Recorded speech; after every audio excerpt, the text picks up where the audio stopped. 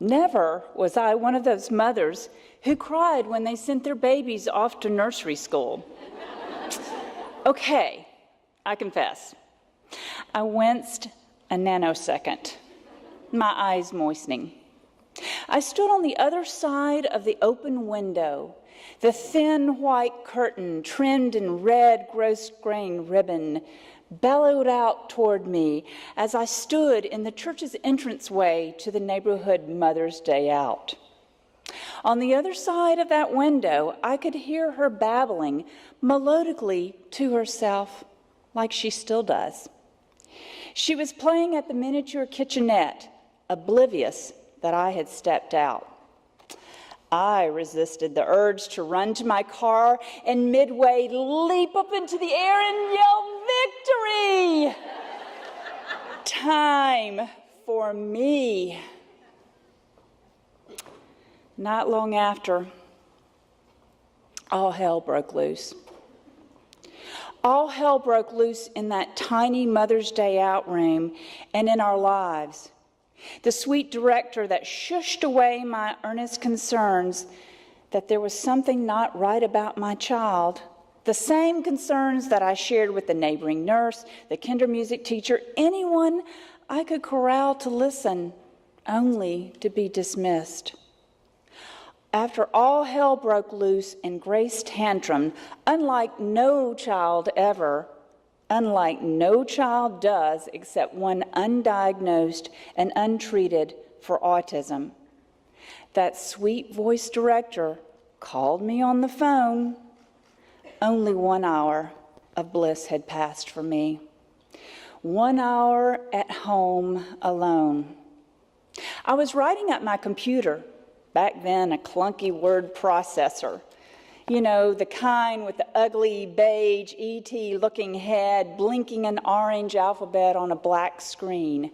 Me perched in front of it, hands clicking the keyboard, entertaining visions of more time to freelance for magazines and newspapers. All hell had broken loose, and they were unable to calm her.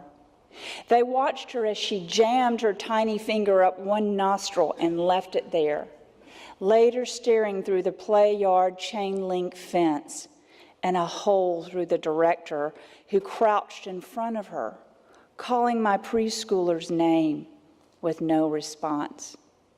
Someone else finally agreed with me.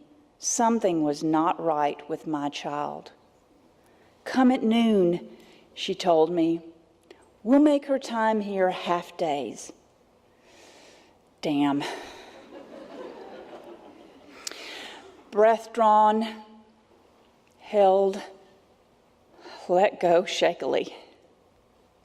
A diagnosis, years of therapies, interventions, camps, programs, doctors, exhalations, pit wallowings. Here I sit, another computer in front of me. A 5-year-old laptop, clunky compared to its sexier, younger versions. And my 19-year-old is due home on the bus in 45 minutes. And I'm not ready. I've not been ready for this for several years now, though it's been breathing its clammy breath on the back of my bare, exposed neck. Just as I was never able to send her off to a typical day of Mother's Day Out like other moms, I'm not going to be able to send her off as a college freshman.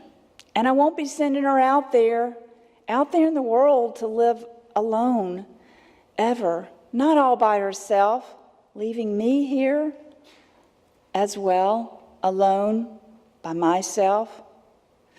I want hours and hours of time alone, weeks, months, time to write, time to create, time to get papers organized, things done. I, too, want to be an empty nester. Doesn't every mother have that right? Apparently, it didn't come with the package I ordered.